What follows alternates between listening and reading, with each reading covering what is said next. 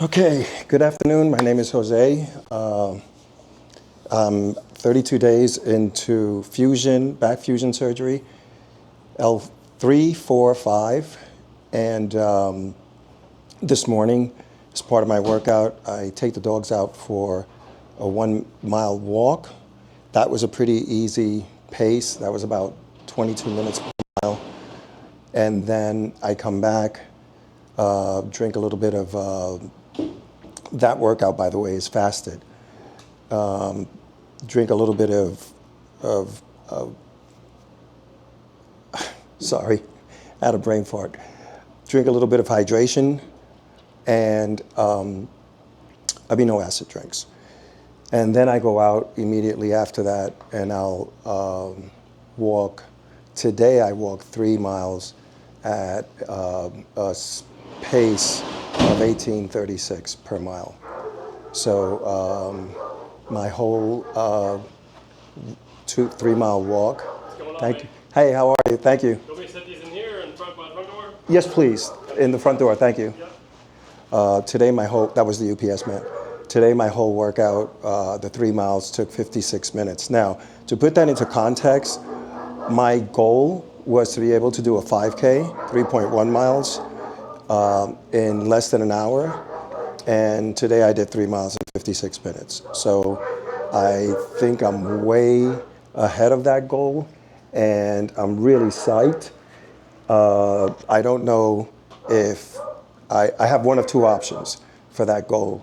And I'm looking at a date of November because my oldest son, Robert, will be running a triathlon. Is planning on running a triathlon. And those events are usually, they have the triathlon and a 5K, sometimes a 10K also. So I have one of two options. And I think the first option, which is to try and bring down the time on that 5K, for example, from a 56-minute 5K to say, I don't know, 50-minute 5K. The other option is to increase the distance to a 10K, which is 6.2 miles, or twice the distance. Not sure if I'll be ready for that. My decision on that will be based on how, once they take a look at my x-rays again, they'll take a look at how the fusion is taking. So if everything checks out, I don't think, let's say they look at that fusion in November, and it'll be too late to get ready for the 10K, but I can certainly look at maybe February, March, April 10K. So with that said, yesterday I had my first PT day and it went really, really well. I'm gonna have to go back inside because I left my workout sheet from the physical therapist inside the house. And today what I'm gonna do is show you some of the stretches that they gave me to do and go through my routine. And this will be the last part of the training for today. If I feel up to it, I may go ahead and do a little bit of resistance training with the dumbbells, but to be quite honest, between yesterday, I did 1 mile with the pups, and then I did 2 miles at about 36 minutes. And then I had PT. And the worst part, believe it or not, it wasn't any of the physical. It was the fact that I was driving for 2.5 hours. And I haven't driven that long since my surgery. So after PT, I had to go pick up my daughter. She was going to California. She was taking a flight out to California. So I picked her up, and then I had to run some errands. And so I picked her up, took her to the airport, came back, ran the errands. By the time I was done and got home, I had been in the car a solid 3 hours. So that actually was more detrimental to the way I felt When I got out of the car, I felt really stiff. My right hip was hurting, and I just felt exhausted. So today I did my 1 mile with the pups. Like I said, I did 3 miles. All of this is outdoor walking, not on the treadmill, obviously. And came home, had my smoothie, had something to eat, which is yogurt. For those of you that are interested, yogurt, melon, blueberries, and it's Greek yogurt, full fat. And then I had omelet, which consisted of feta cheese and spinach, 3 eggs, a cup of egg whites. And I also had chicken sausages, delicious. So I had that about an hour ago. It's August 26th, and we'll be starting the workout. Let me just get my paperwork, and we'll be starting the workout immediately after that.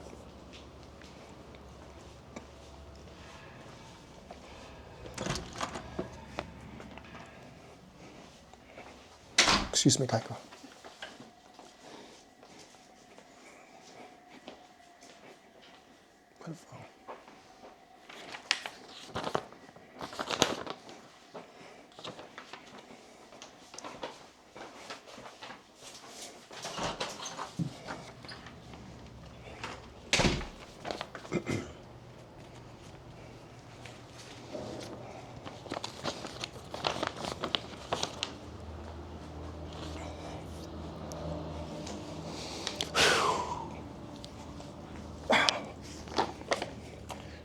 Now, when I do these stretches at the PT, I'm doing them on a table, and it's a lot easier than getting down on the floor.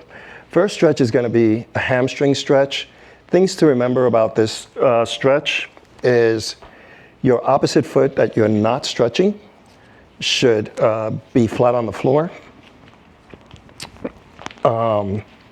And the important thing, obviously, is to relax and then lock out that knee and pull that leg as far as it'll go towards your body. And once you have it there, you should hold for about 30 to 60 seconds. So here we go.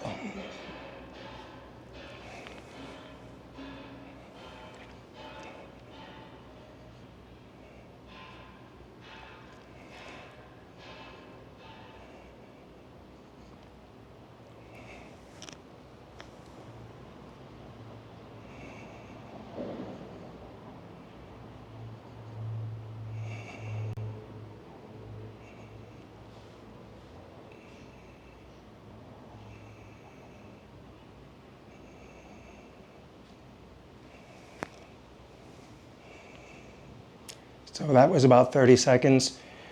Little trick I learned yesterday in order to change feet is just, okay, lock it out, bring it as far back as it'll go, and hold.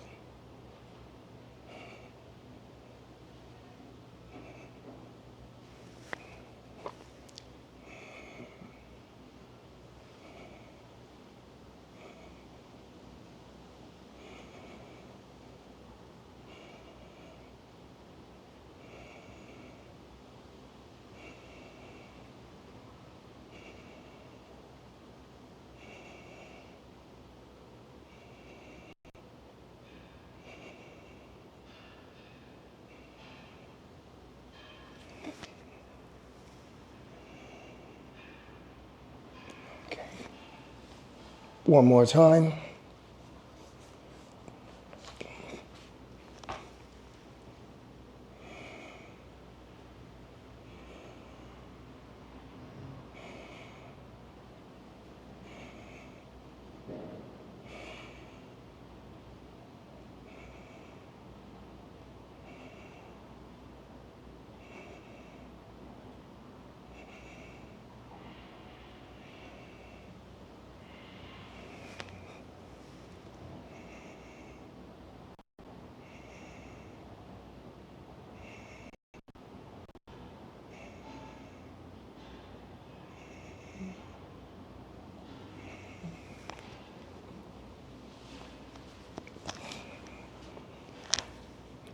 For those of you that don't know, the main reason that I had spinal fusion surgery was because I was like completely crooked, and B, my left leg had begun to atrophy. I had lost 2 inches of muscle mass on my left leg. Those of you that don't know me, I probably have lost about 15 pounds. I had a goal of 176 of surgery. I started out at approximately 183. I'm down to about 172. And my left leg had atrophied completely to the point that I couldn't walk for 2 reasons. I couldn't walk because of the curvature in my spine.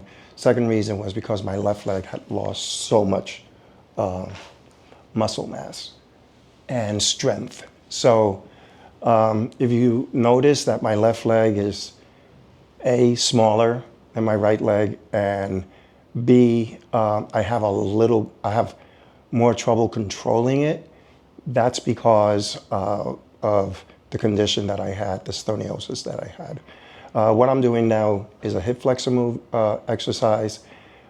I've had a left hip replacement surgery back on October 25th of this year, 2025. And so I'm not quite a year from that surgery. And I obviously do these on both sides. It's just logical to do them on both sides. But now my right hip, because I've been realigned and I'm straighter, my right hip is giving me a little bit of an issue. But that issue is more discomfort, stiffness, rather than pain. I'm not feeling any pain. Now, you'll see that my left leg, I don't have the range of motion in on that hip flexor as I do on my right leg.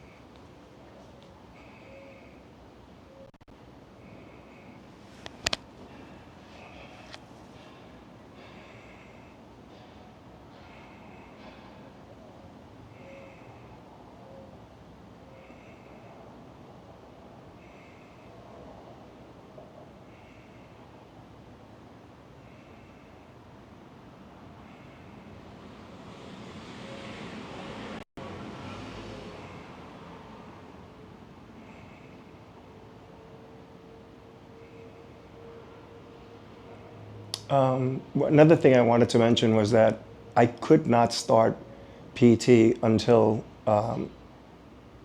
a month out of the surgery. So yesterday on the 25th was my first day of PT, and I just couldn't wait. Everything the physical therapist saw was positive. The only negative was that I tend to push a little more than I should. That's just my personality. I've been training all my life in various sports, various disciplines, starting with martial arts. And I thank my Sifu, Tommy Lee, and my Sifu brothers, John Draper, David Tackett, Pat Palmieri, Nick, and I will not even attempt, Nick is Greek, and I will not even attempt to say his last name because I will butcher it, I will mispronounce it. And I started with that discipline of martial arts, which really pretty much, it was the foundation for everything that I did. Shortly after that, I went into weightlifting, bodybuilding. My biggest achievement was winning the Masters NABA USA in Westchester in 1997. I did marathons. I ran the New York City Marathon, the White Rock Lake Marathon in Texas, in Fort Worth. And I did triathlons, sprints, nothing crazy. And I'm a terrible swimmer. So my triathlon,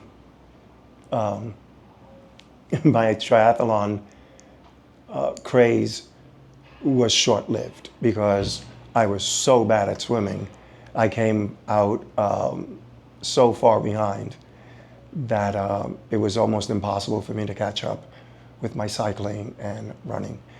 But I enjoyed them very, very, very much. They were all a challenge. I don't regret any of the sports, but I did return to Jiu-Jitsu, and I've also returned to strength training, resistance training. I hate to call myself a bodybuilder anymore because, you know, at this age, you can only develop your body for so much. What you're doing is fighting Father Time. So I do enjoy resistance training, but I have to do it very differently today than I did in the past. I'm not deadlifting or squatting 400 pounds and, you know, benching heavy or anything like that. Basically, it's high reps, short workouts, but with always with form in mind and that mind-body connection.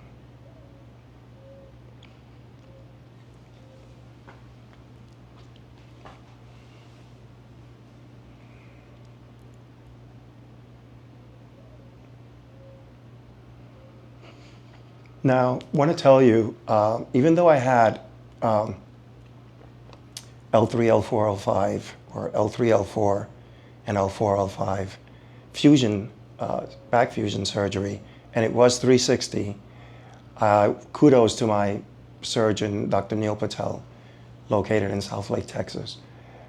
Incredible. Him and his team are just unbelievable. I do not feel any discomfort in my back. I feel tightness where the hardware, for lack of a better word, where the hardware was placed, but I don't feel any pain. And before the surgery, I would walk 20 minutes, and it took me 20 minutes to probably do a half a mile. I would walk 20 minutes, and my left leg would go numb. My right foot would go numb, left foot would go numb, and even my right foot would go numb. Today, I started gradually. This is day 32, but I started the first few days with a walker. I switched to a cane. I still wear my brace when I walk. I think it's recommended by the doctor and the therapist, but it's also just generally a good idea in terms of safety. I don't want to fall and re-injure my back. Now this is, what I'm going to be doing here is a little difficult for you to see, but it's called an abdominal tightening. And the way it's described here is lying on back with knees bent, tighten stomach by pulling navel in towards spine. Do not rotate the pelvis. What they mean by that is your pelvis, these are my pelvic bones, your pelvis should not be moving either sideways or up and down, right? And that would really be rotating if you're moving your pelvis up and down. So you should feel like a blood pressure cuff can fit underneath your back. So your back is slightly arched and you're literally pushing the way I focus, the way I visualize it is I'm pushing my belly button in towards my back. And this is something that's pretty common with bodybuilders because the abdominal region is the main area that people see on stage. So, and also through martial arts, we understand that our dantian is located 3 inches underneath and within the navel. And so 3 inches inside, 3 inches underneath, and 3 inches inside our bodies.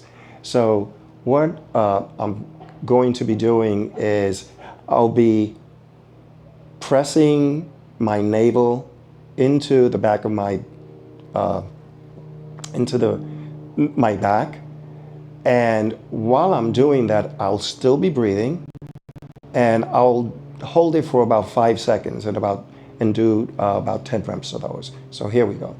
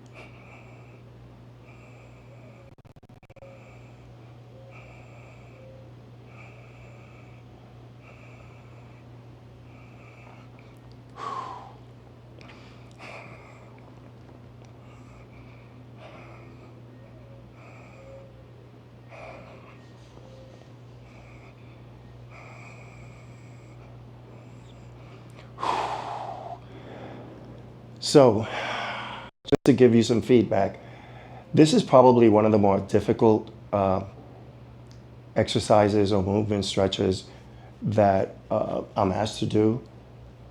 The reason is because part of the procedure was to go in through my stomach. I have a scar left of my belly button. The scar is right here, my belly button is here.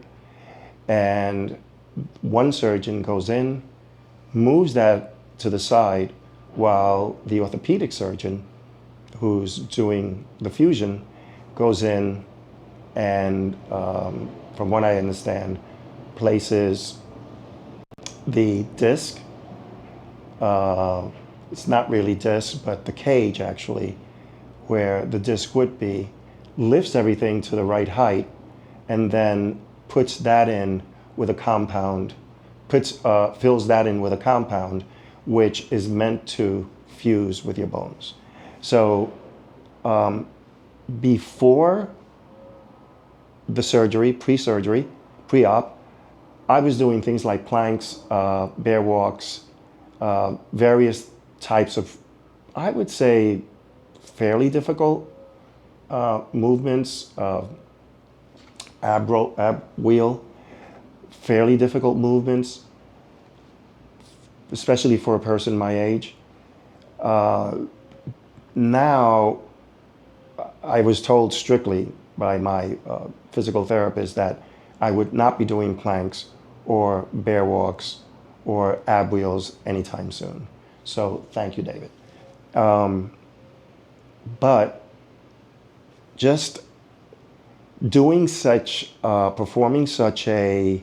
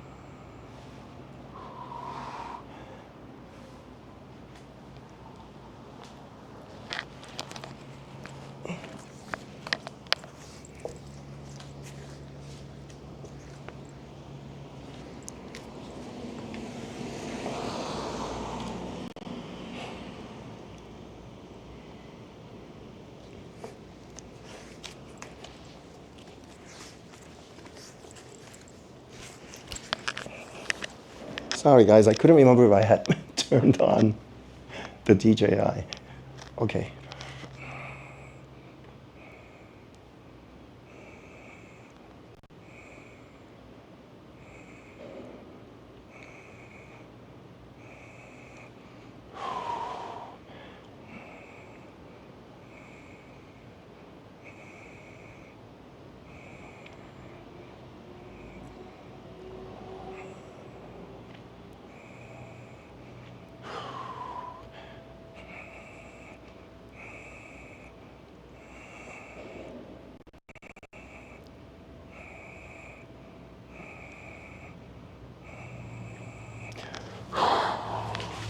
Okay, next movement.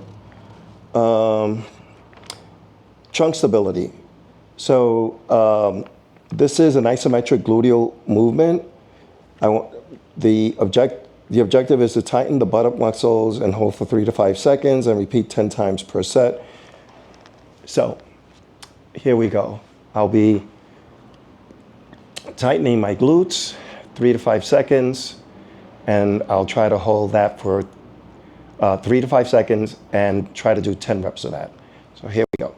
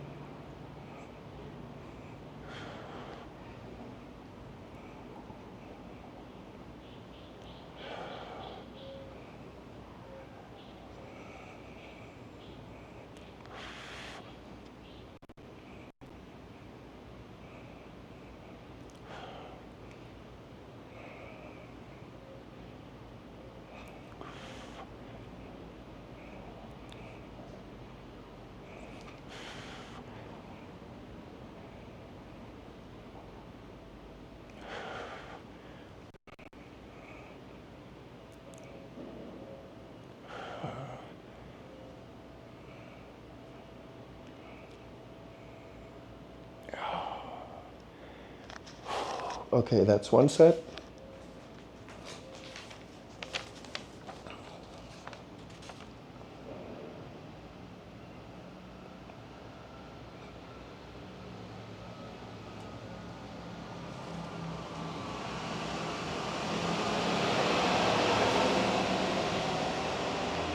Okay, here we go.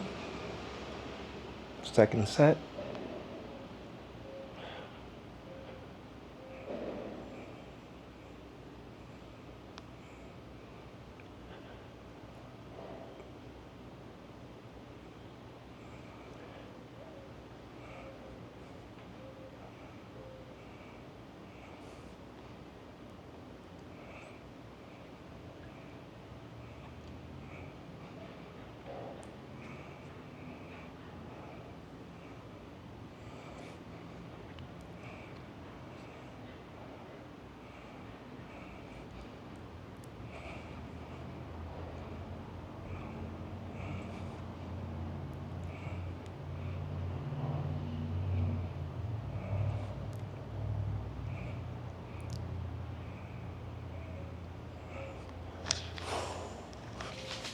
All right.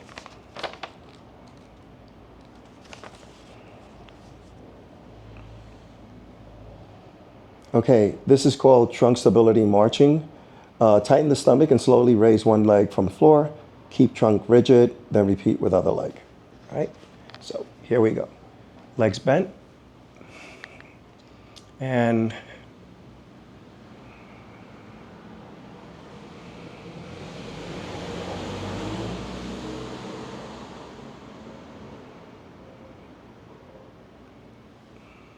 two.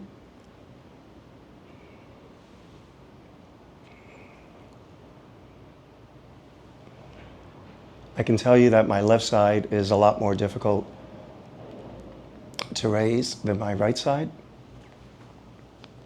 Four.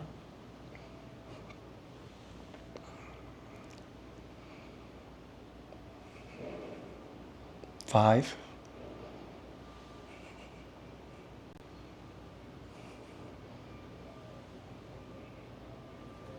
Six.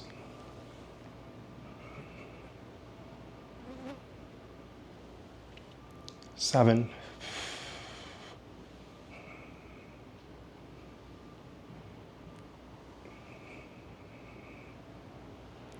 8.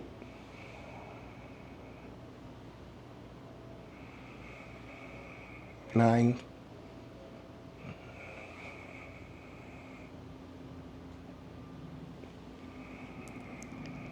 10. The suggested rep range is 10 to 15. So this is 11.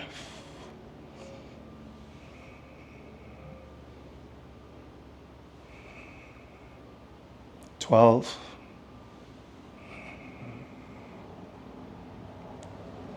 13.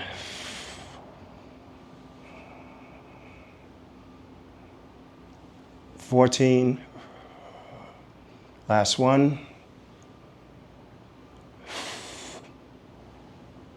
15. Okay. My hip flexor and my quadriceps muscles are really weak, and the good news is that post-op they've really gotten a lot stronger, but they're nowhere near where I'd want them to be. So these type of exercise generally, one of the things that we need to watch out for when we train is that we all love to do the things that we like doing when we're training. For example, if you're the kind of guy that likes a big chest, big arms, big triceps, big shoulders, you love the bench press. You just get under there and you challenge yourself to push more weight, do more reps, etc. But a body part like legs, for the most part, most people just don't enjoy doing them, right? It's a way bigger muscle group. It takes a lot of energy, a lot of your stamina, and they're just difficult. It's a lot more difficult to work the different muscle groups in your front, the quadriceps, the vastus medialis lateralis, and vastus medialis lateralis, the rectus femoris, and the glutes, the hamstrings, etc. It's just a lot harder. It's more time consuming generally to do legs. If you want to cover everything, you can. But that is my Sifu calling, and I'll have to call him back after I'm done training.